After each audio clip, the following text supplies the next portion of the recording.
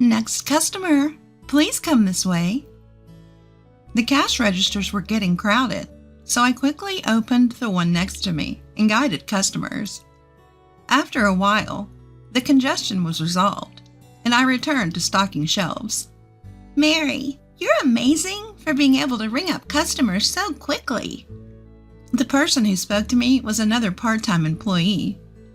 In this supermarket, there are high school students and many people of the same age group as me, so I enjoy working here.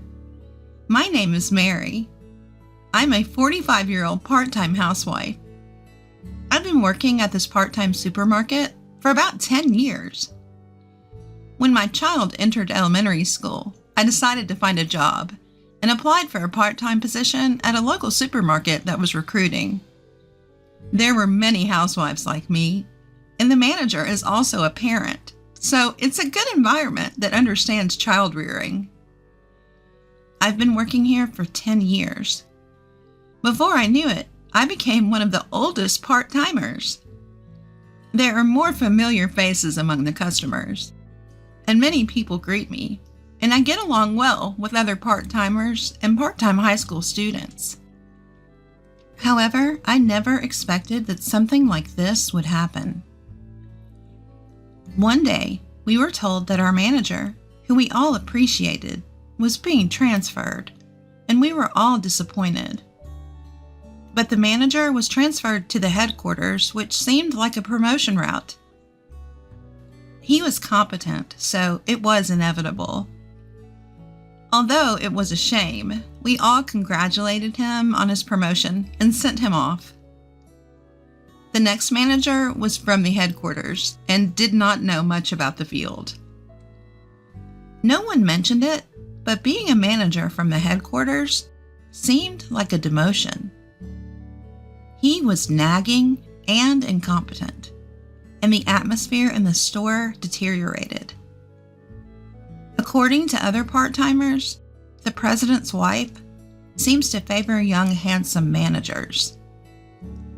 The manager probably thought that he could benefit from being liked by the president's wife. I often saw him talking to her. The new manager's reputation was bad, but the president's wife was the worst. She complained about every part-timer. However, she talked to male employees and high school boys working part-time with a sweet voice. Although we part-timers were dissatisfied, no one dared to complain to the president's wife. Eventually, some part-time housewives and student part-timers started quitting. Just as I started considering looking for another part-time job, I became the target of the president's wife. You've been working at the store for a long time, right? How about your child? Already a college student? Which college? I was surprised to be asked such a question suddenly. Yes, I've been working here since the previous manager. I didn't want to talk about my child, so I tried to dodge the question. Then, the president's wife said this. You look incompetent. You probably didn't even go to a decent college, did you? That remark hit me in the heart. But just then, the register area got crowded, so I nodded to the president's wife and quickly got in line. Actually, I only graduated from middle school. I was bullied in high school. Tried my best to hang in there, but eventually couldn't go anymore and quit during the summer of my third year. Since then, I'd been living as a part-timer, met my husband at a part-time job, got married, and lived in a world completely unrelated to educational background. But the president's wife seems to be the complete opposite of me. She brags about being a graduate of a prestigious university, even when nobody is listening. But for some reason, she stubbornly refuses to mention the name of the university. I thought it was strange, but since I wasn't particularly interested, I always let it slide. The president's wife probably had a preconception that housewives working part-time at a supermarket don't have high educational backgrounds. In fact, I once heard her talking about it with the store manager. Does she want to look down on us? Other part-timers also said they were asked about their education by the president's wife. The next day, as I was working, as usual, the president's wife came to the store again for some reason. "Excuse me." I looked up when the president's wife addressed me. She looked down on me and laughed, as if something was funny. Somehow, controlling my irritated emotions, the president's wife opened her mouth. "You're a middle school graduate, aren't you? I didn't think you went to college, but I never thought you were just a middle school graduate. It's amazing that you can work with that kind of educational background." I wondered where she heard that from, and remembered that yesterday the store manager was checking part-timers' resumes in the office. I thought the manager should know about the employees, but I guess that information went to the president's wife. Knowing that I was a middle school graduate, the president's wife told other employees about it for some reason. Frankly, it was annoying. I had no intention of faking my education, but I couldn't understand the nerve of someone who would go around saying that I was a middle school graduate. My part-time colleagues didn't seem to care and acted as usual, but since then, the president's wife would always bring up that I was a middle school graduate. "Maybe you wouldn't understand since you're a middle school graduate. Since you're a middle school graduate, at least do some cleaning." That was the president's wife's catchphrase. I don't have to work here to be told things like that. That's what I started to think. A few days later, the president's wife appeared at the store again. Just seeing her made me irritated. As I sighed and tried to walk past her, she was smirking at the cardboard box storage area. It was a place where we didn't go because the supplier would come to pick up the boxes. But for some reason, the president's wife seemed to be trying to make me clean it up on purpose. She said, "People like you should be covered in garbage. You bottom-dwelling middle school graduates are just salary thieves." This was the back room, away from the customer's eyes. I had always been able to bear it because I was usually approached in the sales area, but that day, I couldn't hold back my pent-up anger. "Excuse me, but I think I'm working for the salary I'm getting. I'm working properly, and education doesn't matter, right?" The president's wife looked a little surprised, perhaps not expecting to be talked back to. "Why don't you be a little helpful to the store if you're here? We never know what you're doing here. Are you just here to look down on us? You must have a lot of free time." I continued without caring about the other employees passing by and entering my field of vision. The president's wife glared at me. Unlike a lowlife like you, I'm busy. I'm taking time out of my busy schedule to come to this store." "Is that so? Then what are you doing at the store? You're just chatting with the manager, flirting with the male employees and male high school part-timers, and looking down on us, aren't you?" As I calmly stated this, the president's wife's face turned bright red with anger. "Just by being here, I make the store more lively, don't I? You should be more grateful." I couldn't help but laugh at her words. Do you really think that? None of us employees or customers think that way. It's interesting how there are people who have educational backgrounds but are useless in the field. I vented all the resentment I had been harboring from being looked down on.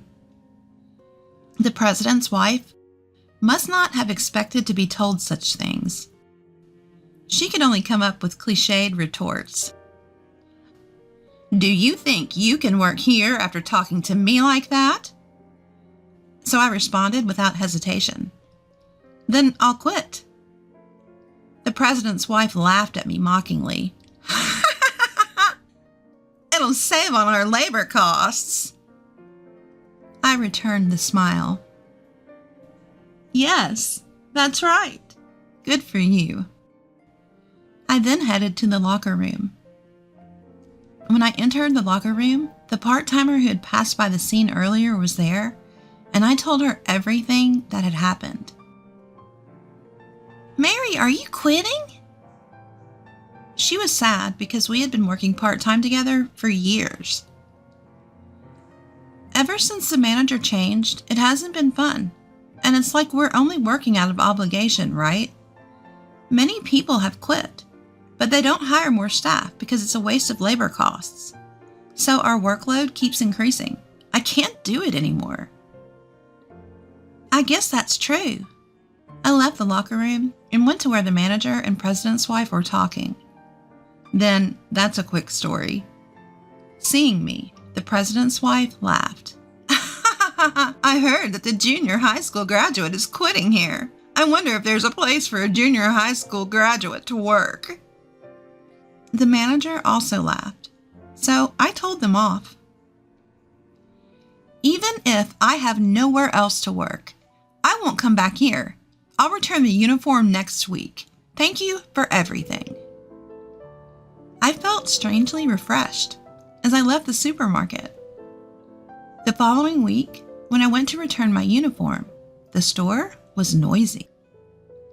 The manager seemed to be getting scolded by several customers. There seemed to be a commotion near the cash register. Maybe there was a mistake in the transaction. The customer's anger seemed extraordinary. However, there was nothing I could do since I had already quit. So I went to the office to leave my uniform. As I approached the office, I heard the president's wife's voice. Reluctantly, I opened the door and saw the former manager there as well. "Manager!" Even though he was now working at the headquarters and not as the manager, I accidentally called him that out of habit. The former manager seemed to have been talking to the president's wife, but she quickly left the office. "What happened at the register? There seemed to be some trouble." The former store manager tells me that there have been a series of complaints at the store lately.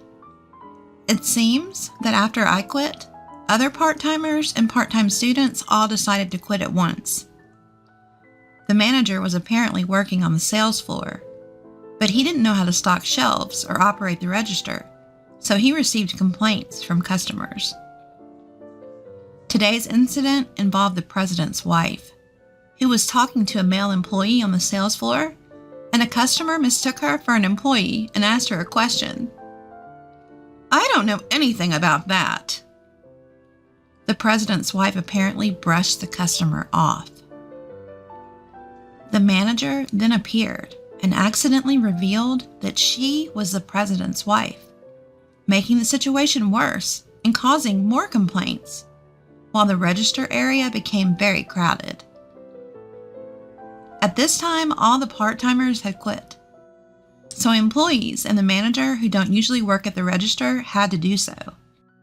And there were many mistakes. The register was so slow that customers started getting irritated, and it seemed the manager was being scolded. The former store manager asked me why I quit, so I answered honestly. He then told me that he heard that the president's wife did not graduate from college. He didn't know the details, but had heard she was a high school graduate. So what was that educational condescension about? Could it be that the president's wife is looking down on people with the delusion that she is highly educated? That made her seem even more dangerous. 2 weeks later, the supermarket where I used to work was deserted. It was unusual for so few customers to be there at this time. Well, it's not surprising after all those complaints, as I was thinking that, I was approached from behind. It was the former store manager. After exchanging greetings, he told me about a new store opening 1 station away. "Mary, would you like to work there?" It seemed an employee the former manager had trained was being promoted to the new store manager. I could trust that person.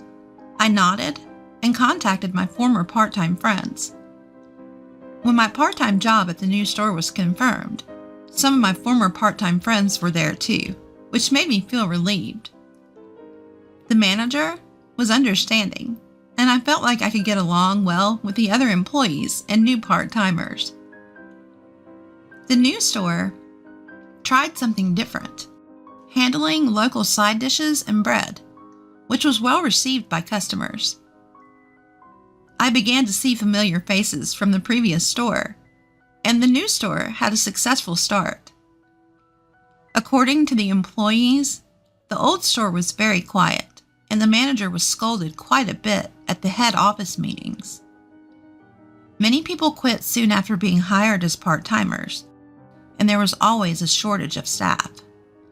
I found a new part-time job quickly, and since I was able to work happily like before, I thought everything was settled.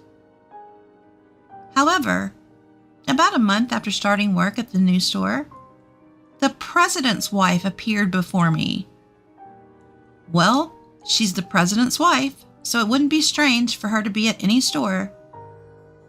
But she seemed to have come specifically to see me. I heard a junior high school dropout is working at our store again, so I came to check. I could only sigh. What's wrong? I'm not doing anything bad. Do you realize that because of you, the other store is in big trouble now? Why is it my fault? I didn't do anything wrong. Rather, isn't the president's wife the one committing power harassment? You made all the other employees quit, didn't you? The president's wife suddenly got angry. It's completely unreasonable. The part-timer and the manager who used to work at the previous store noticed me and tried to help. But I stopped them. I, a middle school graduate, can't make all the employees quit. Why not ask them why they quit? Well, you can figure it out without asking. The part-timers nodded in agreement with my words. Shall I tell you if you don't understand? You look down on us because of our educational background. And the manager doesn't understand anything, only talks. No one wants to work part-time while experiencing power harassment. When I said that, the president's wife raised her voice again. Power harassment? Are you trying to frame me without any evidence? The moment the president's wife tried to grab me, the manager intervened. Can you please stop doing that to our part-timers? The manager's position would be compromised by saying such a thing to the president's wife. I was about to say I'm fine, but the manager said firmly, I am the manager of this store, and it's my job to protect the employees. I'll fulfill my role, whether you're the president's wife or not. Then applause came from the other part-timers. The president's wife finally lowered her hand that was trying to grab me. I took a deep breath, took out my smartphone, and said, I have evidence of power harassment. The president's wife glared at me. I played a video. It showed the president's wife yelling at another part-timer at the previous store for no reason. And it wasn't just one or two instances. The president's wife's face changed color. Then, the other part-timers came forward. Among them was a video of me being insulted for being a middle school graduate. At that time, we had conspired to collect evidence if anyone was experiencing power harassment from the president's wife. We didn't go so far as to file a lawsuit, but the videos were shared among part-time friends. So we had several at hand. Manager, we're going to sue her. When I said that, the other part-timers and the manager nodded. Naturally, the president's wife was furious with the manager. What's wrong with you? Do you think it's okay to say that to me? You're fired. Fired. Hearing that, I looked at the president's wife and laughed. Oh, I recorded that too. So we'll protect the manager who protected us. Hearing this, the president's wife changed her expression again and turned on her heels. It seemed she intended to escape. I called out to her back. There are more important things than education, right? Sometimes your humanity is more important when you enter society. Are you focusing on someone's education because you have a complex about it? The president's wife turned around and said, "How did you know that?" It seemed she had inadvertently admitted it. I laughed.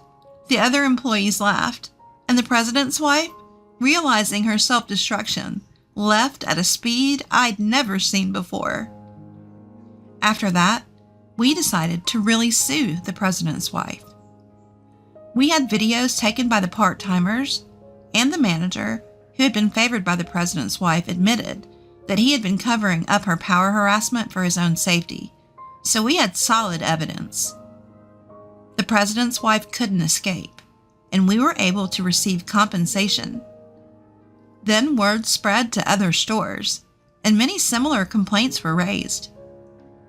The president's wife was sued for compensation, and the president, who found out about her behavior for the first time, was furious and told her to pay it back by working. It is a locally owned supermarket, so the president and his wife's house is also local. When I witnessed the president's wife working angrily at a nearby drugstore, I couldn't help but laugh. Since then, we have been working hard today under a trustworthy manager.